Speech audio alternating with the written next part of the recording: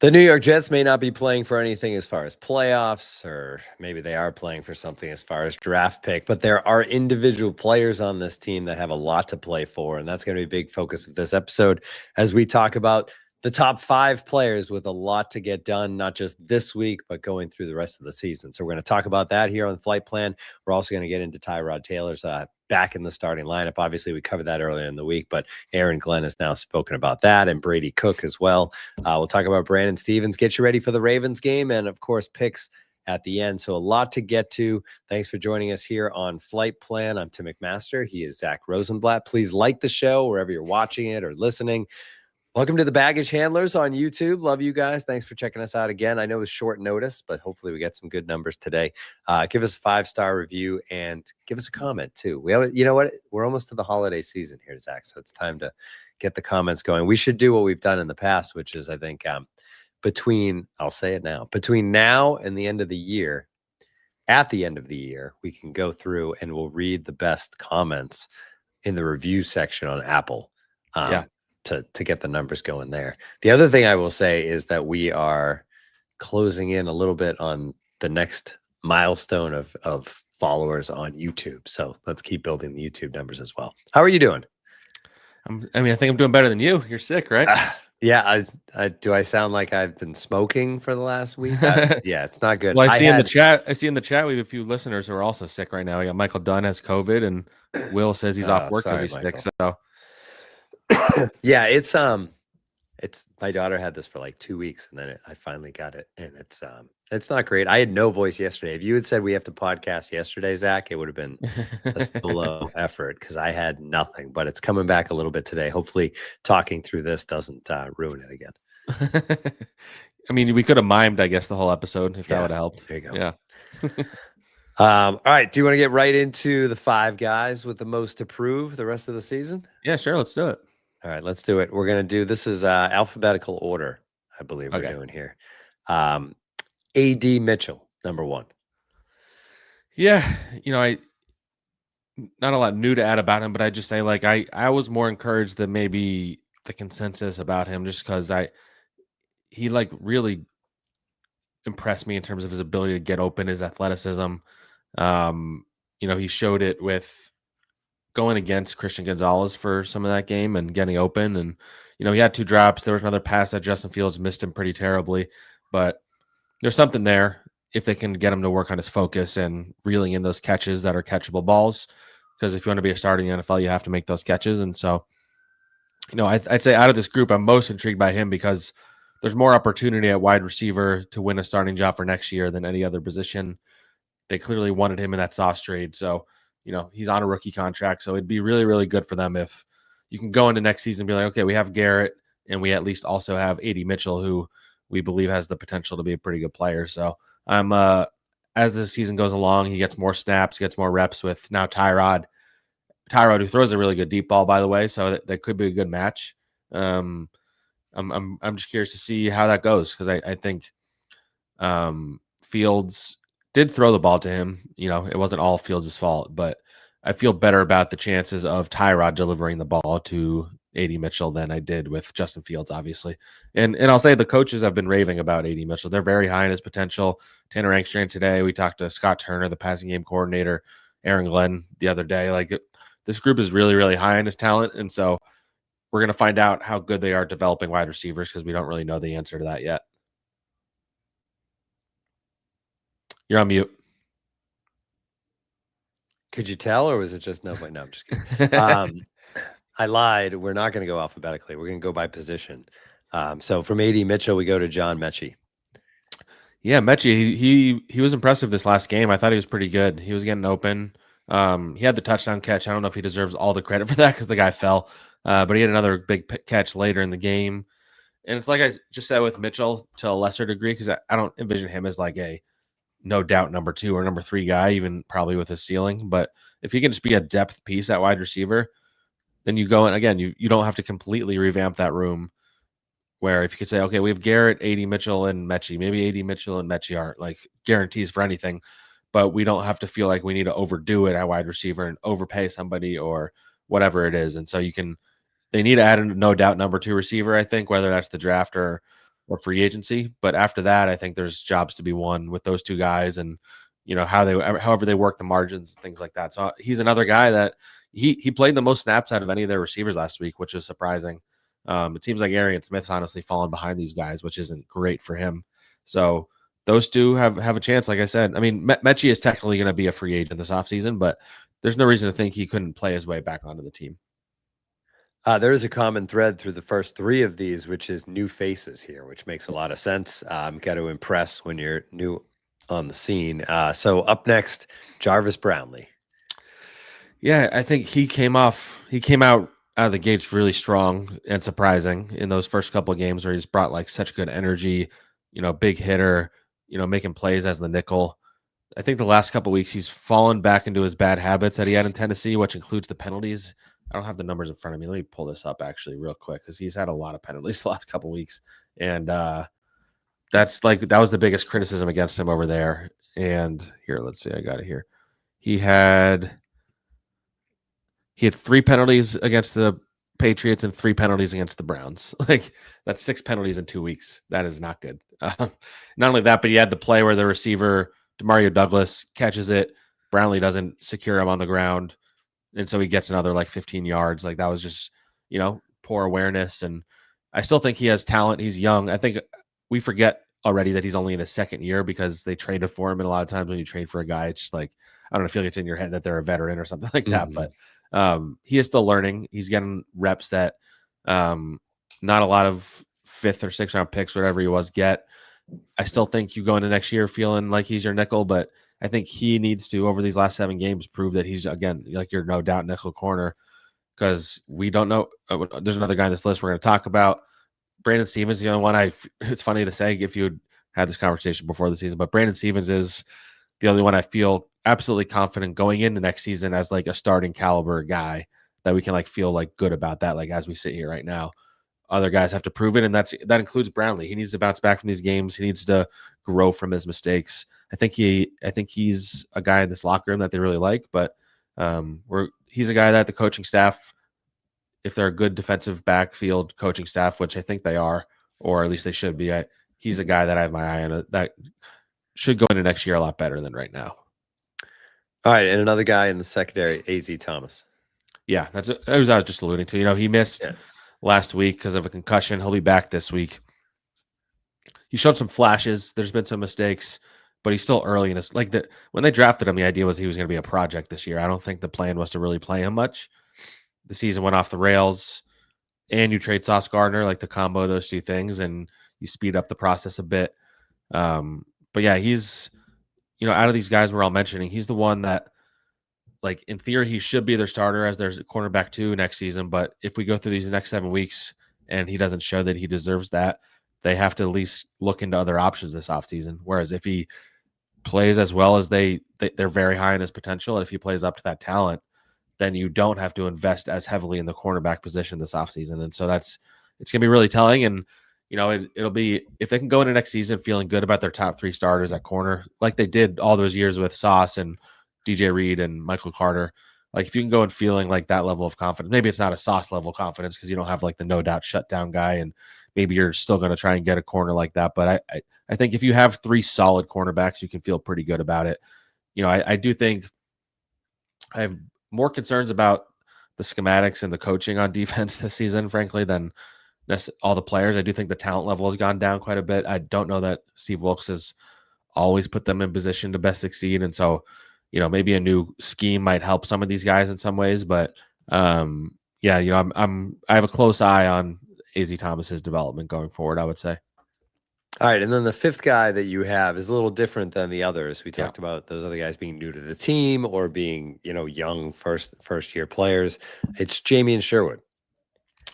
Yeah, I mean, I think he's been a disappointment this season. I think everybody that listens would agree. He's been okay against the run if you look at like the grades on PFF or whatever, but I don't think the eye test really matches that necessarily. Coverage, he's been brutal. Like he's 42nd to 65 in coverage grade. He's allowed 2 touchdowns, 121 quarterback rating, and 31 catches on 31 targets. But even more than all of that, like he's supposed to be like the captain of this team, and he's taking over for CJ Mosley. Those are big shoes to fill. And so, like, a lot of the mistakes they're making in this defense and being in the wrong place or the poor communication, it's not all on him, but he's the middle of the defense. He's supposed to get everybody in the right place. And maybe that wasn't a role he was ready for. I don't know. Maybe he'll grow into it.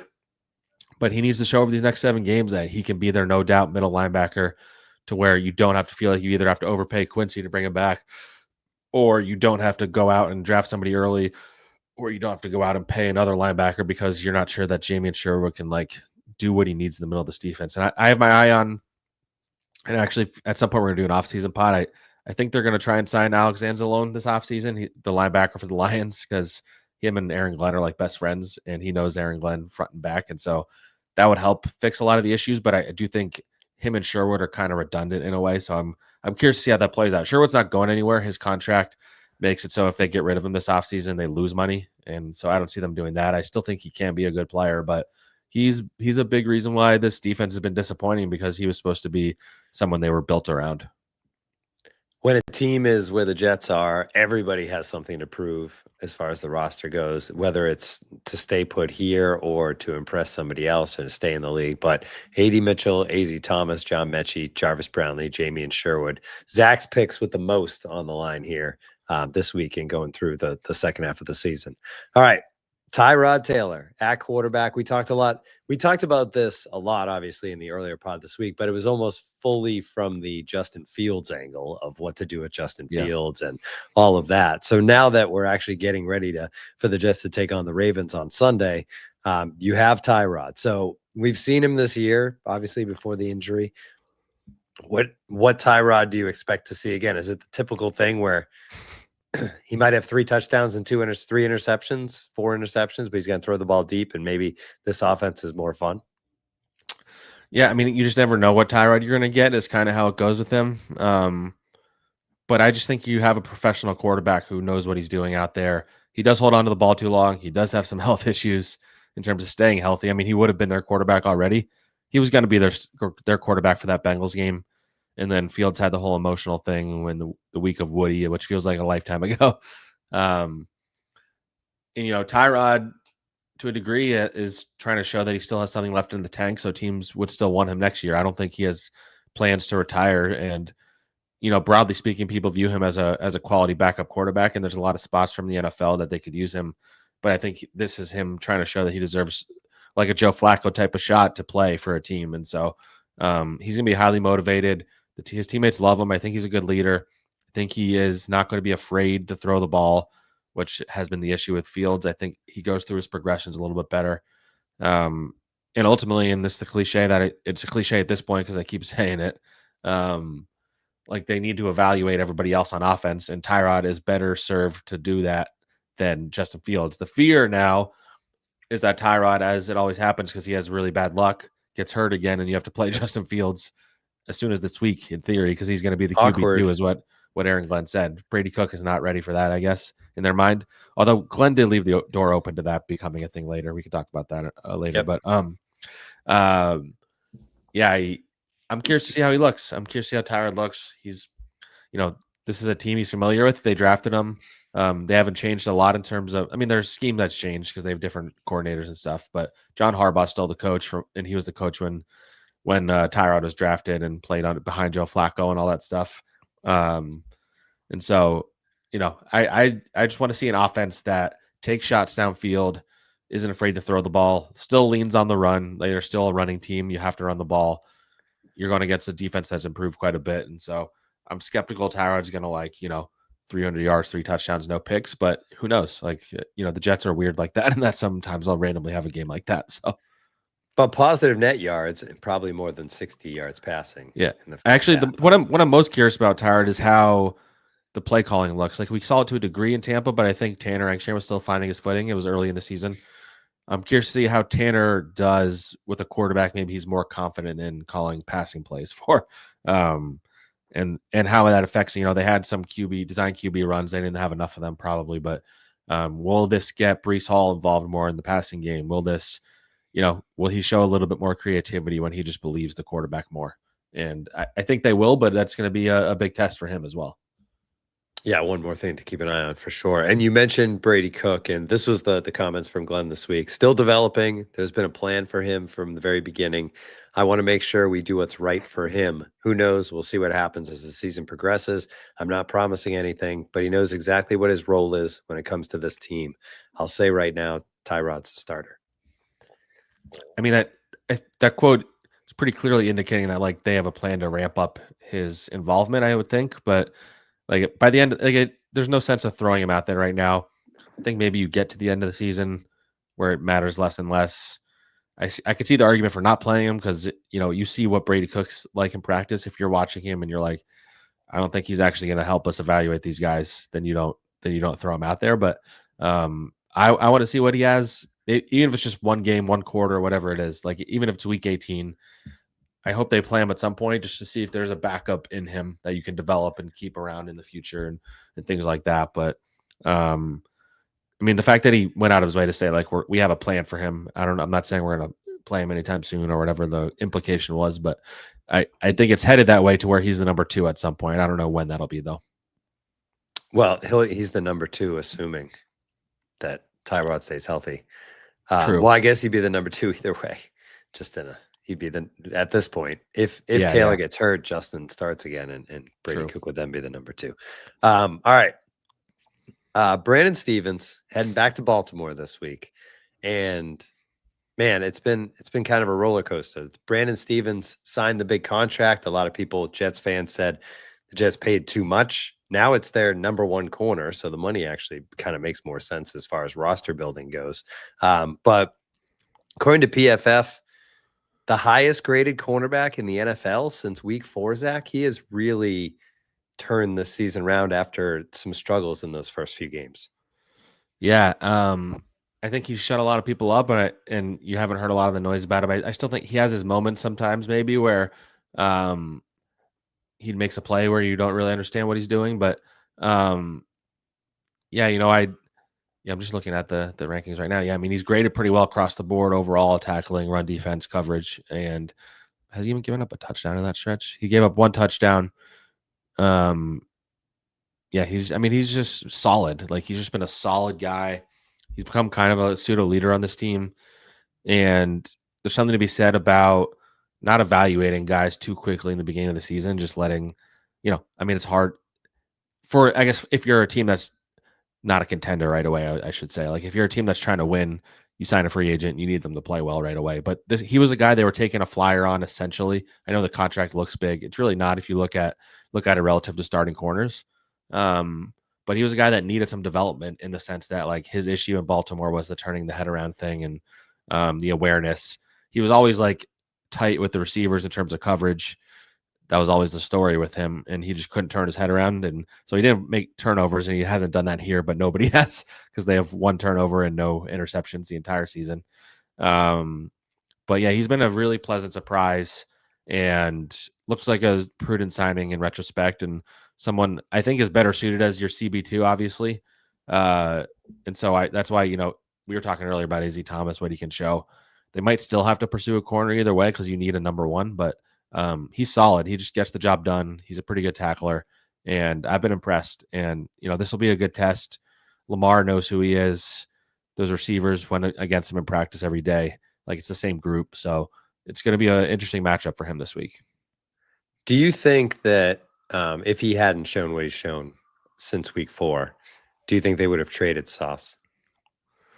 Do you think it factored? The two things are connected in any way? I don't think it factored. I think the Stevens thing is separate from even everything else. Like I think they signed Stevens hoping that they would get something out of him, and if they didn't, it's not a contract that was like so prohibitive or that he'd be such a bad player that you can't use him as a depth piece next year or whatever. But I think because he's exceeded what everybody else's expectations were about him, maybe it made them a little more comfortable trading Sauce. I don't know if it actually factored into it though. I would say because they know he's not as good as Sauce Gardner at the end of the day. So. The thought of like if he had played poorly to this point, like the thought process being, if we trade, Sauce, then you're completely revamping. Yeah, then you're revamping your whole corner room at that point. But I think this regime believed in Stevens since the beginning, to their credit. So that's why I don't think that was necessarily a factor. All right, so the Jets head to Baltimore to face the Ravens. This is a Ravens team that struggled mightily early in the season. Obviously, Lamar Jackson went out and missed a big chunk of time. They were bad during that stretch. They've been bad with him at times also, but lately they seem to have kind of figured it out. They've won 4 in a row. Yeah. They haven't always looked great in those 4 wins. Even last week, they struggled at times. Again, well, wait, they beat the Browns, right? So they Yeah. basically were bailed out by Shedeur Sanders in a Yeah. sense and won their 4th in a row. They were able to rally when Shedeur came in and played so poorly. But hey, they're 5-5 now, and considering where they were, suddenly in that division that's very winnable, they have a shot. I mean, you look at the beginning of the season, their defense was absolutely dreadful. I think they were giving up the most yards and points in the NFL. It was them and the Cowboys, neck and neck. The Jets got there soon after. But the last 4 weeks, which you mentioned, this 4-game winning streak, they have the number 1 defense in the NFL in terms of EPA.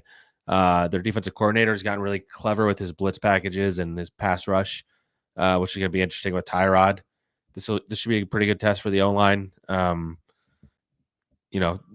have Kyle Hamilton at safety, who's just like a jack of all trades, amazing weapon to have on defense, and they're getting healthy too on defense, which is huge. So it was the craziest thing. Like, you look throughout the season earlier, they're like, whatever they started, what was it? Where were they at their worst? They were 1-5.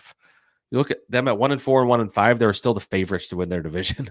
Like, that showed you just like how little Vegas respected the Steelers and how much they were just like, yeah, well, when Lamar gets healthy, they'll be fine. Like, And that was after the Joe Burrow injury. Yeah, true. But I can't imagine there's been many cases like that. Like the Chiefs, I guess, every year when they start slow, like, and this year they're out of the playoffs right now, which is crazy. But like the Ravens have always been kind of looming in the background. They're like, yeah, they'll figure it out eventually. And I was skeptical, and I'm still a little skeptical because they barely beat the Browns. But at the end of the day, you have Lamar, who's top 3 quarterback in the NFL. You have Derrick Henry. You have Zay Flowers. You have pretty good offensive line, and you have some talent on defense. So, and a good coaching staff. So they're going to be in it. If I was putting my money on a team winning the division, I'd probably pick them right now, honestly, because I think the Steelers, Rodgers coming off a terrible game and has a fractured wrist. Bengals, Burrow might be coming back, but I don't know if the hole's too deep for them to climb out of, and the Browns are still the Browns. So funny to think about how quickly things can turn, and the Ravens will be the team that other organizations start using as an example when they start slow, as a way like, well, look, the Ravens did it last year. So, but most organizations that are bad don't have Lamar Jackson. So, yeah, and most teams that are bad, or not all teams that are bad, are in divisions that are in that situation where if they get to 10 wins, it might be enough to win the division. Who knows? Yeah. All right, the Jets are not playing for a division, but the number 1 pick, very much obviously something that I don't know if the team's thinking about it. I'm sure they're not. Darren Muji probably is a little bit. Just as far as like, what can we do with all these picks, and if one of them's number 1. But it is time to kind of turn our attention to Tankathon a little bit. And right now, Jets sitting the 5 spot. Yeah. And we talked about this a little bit on the last episode, that as I was a little slow to pull this up, when you look at who's going to be in front of them at this point, who's in front of them, Tennessee's not going to take a quarterback. Then you have the Giants, you have the Browns, you have the Saints. There's really 2 teams ahead of them that probably aren't going to go quarterback, the Giants and the Titans. Now, teams could trade up there, but it just makes it interesting because as of right now, if you go to Tankathon's mock draft, they actually have the Jets taking Dante Moore, which I think fans would be pretty excited about. But there's also a lot of people that think Dante Moore won't be in the draft.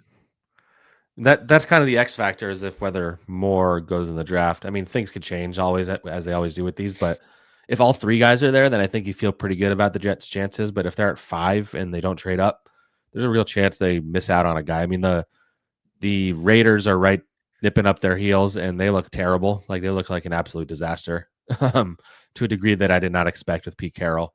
Washington doesn't need a quarterback. The Rams have the Falcons pick. I mean, if the Falcons keep losing, which is really possible, the Rams might need to draft a quarterback to develop for to replace Stafford eventually. That's So, the thing. It's like the Rams don't need a quarterback now, but how long can Stafford do this? Yeah. I mean, just imagine getting. I mean, that would there be a better situation to drop a young quarterback like a Dante Moore into than that, where you're sitting behind Matthew Stafford, learning from Sean McVay, and you don't have to play right away. Like that's just I don't know if there's been a better situation for a quarterback to get dropped into. But anyway, I highly recommend you guys using the New York Times playoff simulator. It also has the ability to like do odds with the number one pick because you can play out like if they beat this team and this team, what's their percentage chance? And so I played around with it. Right now, they have an 18% chance at the number one pick. They're probably not going to end up with the number one pick at the end of the day, but this is just like a good way of evaluating the importance of some of these games. You're on mute, Tim. Can you tell who's the highest? Yeah, like what is Tennessee's percentage for the number one pick? Let me pull that up right now, actually.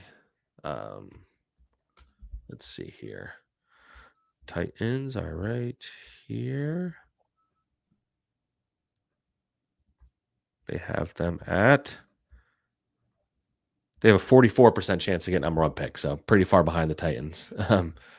But I played around with it. I said, okay, let's say they lose to Baltimore. I did this because I wanted to see how important that Saints game was. I said they lose to Baltimore. Let's say they like upset the Falcons. I don't know for sure they'll do that. Lose to the Dolphins. Lose to the Jaguars. At that point, they have 17% shot at first pick. That's not factoring in anything else from other teams. All of a sudden, the Saints game. If you lose to the Saints, you go from 17% to 27%. If you win against the Saints, you go from 17% to 1%. So yeah, that's it. Yeah. Yeah, so you can't beat the Saints if you care about draft picks. And I know nobody's going to, I'm not going to root for them to lose. I get that. But the Saints game is kind of a Super Bowl in a way for this team because those are two teams that need a quarterback that are both terrible and are both trying to lose. Trying without trying to lose. So both the first-year coaches, too, interestingly. Like a lot of times you're not talking about teams with a new coach in that scenario. So that game in New Orleans is going to be entertaining for me, at least. I think you root for your team to win, but then if they lose, it's kind of like a slight silver lining. To like, hey, exactly, we're closer. Yeah. Maybe that. Yeah, you can do moral victories in the Jet season right now, and I think it's okay. So there you go. Circle that one as far as most important games down the stretch. Obviously, everything matters, and if you win one of those other games, it makes that game matter less. The last thing that we wanted to talk about a little bit was, and that we didn't talk about last time, I think, because there was still really a lot of unknowns. But Kris Boyd, thankfully in stable condition. Obviously, people, I assume everybody listening to the podcast knows this, but he was shot early in the morning in the abdomen, early Sunday morning outside after being out in Midtown in an abdomen. It was in critical condition. Now stable condition. Aaron Glenn got to speak to him this week, and you've been in the locker room, Zach. Everybody in there is thinking about Kris Boyd. Yeah. Chris Banjo talked today. Kris Boyd is a guy they signed. A lot of fans might not even know much about him, but they signed him to be a special teams guy, like a Justin Hardy type, because that's what he's been in the past stops. And then he suffered an injury in camp. But interestingly enough, like I'm working on a story about him right now, but I was the only one who had a one-on-one interview with him randomly. I requested him because I was doing a story on Chris Banjo and I knew he was a special teams guy. And so I talked to him, and I only went in to talk to him. I didn't go in with a huge plan when I talked to him. I was mildly unprepared, I would say. But my goal was mainly to get quotes about Chris Banjo, and then we're sitting down, and he's just got so much like personality and a sense of humor, and he's asking me about me, and all of a sudden we talk for like 20 minutes, which is not a short amount of time for like just a sit down one-on-one interview, and we wound up talking about more than just Banjo and stuff that I didn't wind up using for anything that I'll probably use for this. Just his frame of mind, how he was trying to be a leader in that room, and how much he just loves. He's been in the NFL, he's bounced around the league a bit. He had to work his way up, work his way to where he's at now, fighting to stay in the league year to year. He's he's a guy that's a special teams guy. Like you have to really like fight to stick around. And he just had a great mindset about it. He's just looking around the field saying how beautiful it is and how blessed he feels to be here, and how he's just trying to bring like positivity to the room, and like just really great stuff. And so, when I saw the news, like he's a guy, I leave that conversation thinking, man, I can't wait to get to know this guy in the locker room and like do like a bigger story on him down the line. And then he hurt his, I think, shoulder. I can't remember. But he suffered an injury that they almost immediately put him on IR, which ended his season. And by the sounds of it, he's been still in the background, working with the special teams guys in the room, being a good teammate. And he was out with a couple teammates, according to reports, on Sunday. But yeah, when that news comes across, I was in Detroit. I took the weekend off just because it was a kind of a mini bye weekend. I think a lot of people did. And, I was at the mall with my family, and I see the tweet about what happened, and your heart stops for a second because you're like, critical condition, gunshot wound. Like, those are not two things you want to hear. And so, thankfully seems like he's doing okay. I saw he posted on Instagram that he's breathing on his own finally. So seems like he's on the road to recovery. That, like, details have been kind of scarce, so I don't know exactly what happened or what's going on going forward, but everybody seems to be encouraged about where he's at, and I think he's communicated with some of his teammates as well. Yeah, when you first see that report, you immediately think the worst, right? Yeah. So it is great to hear that he is doing okay. And according to Glenn, said it gave him comfort that he was really upbeat, and it seems like he's gonna pull through. We don't know what that means for his football career, obviously. Like, it's a gunshot wound, not great for your body overall, but the most important thing is that he's alive. And we will do the awkward transition from that to our picks. Yeah. So let's pull that. The Jets line is minus 13.5 for Baltimore, which is really significant and kind of crazy. Anytime it's double digits, I get scared. So for what it's worth, I said Jets plus 13.5 is what I'm going with, because that seems like a big line, but we'll see. Okay. I was going to do real picks real quick. Standings real quick.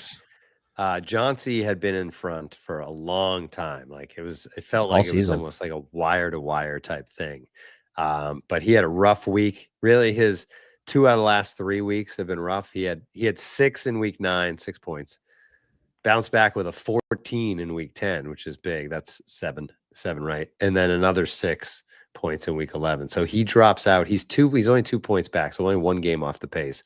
But Chai Jets fan 24 is your new leader at 64 and 46 for the season, 58.2%. That's what I always look to on these. I'm impressed. Yep. Like, and if you're up there at 58.2%, and I never, like, I'm not supportive of gambling for real, because I think there's dangers there, even though plenty of people do it. But if you're at 58% here, I kind of hope that you're putting money on those picks somewhere, because you're making some money. But I don't know. All right, let's get to this week's. Yeah, which I have not actually picked anything yet. So these are blank. I can tell you some of mine. I said tonight I have Houston plus 5.5. Houston's played really well lately. It is Davis Mills. He actually has looked pretty good to me. And the Bills have looked kind of messy. So I just don't trust their defense. And it's at Houston. So last week, though, that Bills game may have been, well, there was a lot of great games last weekend, but that Bills game, that was a great one. Yeah, in the early window, really was maybe the best game of the weekend. I mean, Josh Allen had like 4 or 5 touchdowns or whatever it was. 6. He had 6 touchdowns, 3 passing, 3 rushing. Right. First player to do that since like crazy. 40s or something. Yeah. And some of the other ones I like here, I did Indianapolis plus 3.5. I mean, the Chiefs, it feels like if they were going to turn their season around, it starts this week, but the Colts are really good. I have the Eagles minus 3.5. Don't feel great about that because they're kind of a mess right now, and the Cowboys looked pretty good with Quinnen, who, by the way, had his best game of the season, shockingly. First game with a new team. I said Bengals plus 8, especially if Burrow plays. I said Vikings plus 6.5, more because I don't have confidence in the Packers than I have belief in the Vikings. I said Browns plus 3 because I think the Vegas Raiders stink. And I said, interesting, by the way, after our last conversation about Tankathon, that the Saints are favored this weekend. I know, that's why I couldn't believe that. I said Atlanta plus 1.5. Done for the year, and I don't think Drake London's playing this week, right? He's not. So I guess that makes sense, but I still said Falcons plus 1.5, not confidently though. And then I had the 49ers minus 6.5. The Panthers I still don't believe in, so I don't know. I keep picking against them. Maybe it's my fault. I like that one. All right, there's your picks. Congratulations to the new leader in the clubhouse. We will see how things play out the rest of the season. Any final thoughts, Zach? No, but if anybody has any recs for Baltimore for like good crab cakes or like lobster rolls or something, let me know because I haven't really been to Baltimore before. I'm looking forward to it. Oh, really? Other than I am getting dinner with Connor Hughes, so Stay in that part is going to suck. But the Inner Harbor is obviously nice and touristy, and then there's the I can't remember the name of the Italian area. That's up the water a little bit. Other than that, yeah, I'll have some time to explore. So it's not my favorite city in the world, but there are some good places. I wanted to share this one. Shout out to Will and 1A. I thought this was funny in the chat. Both sick, yet still catching Jets offensive coordinator press conference. What is wrong with us? Yep.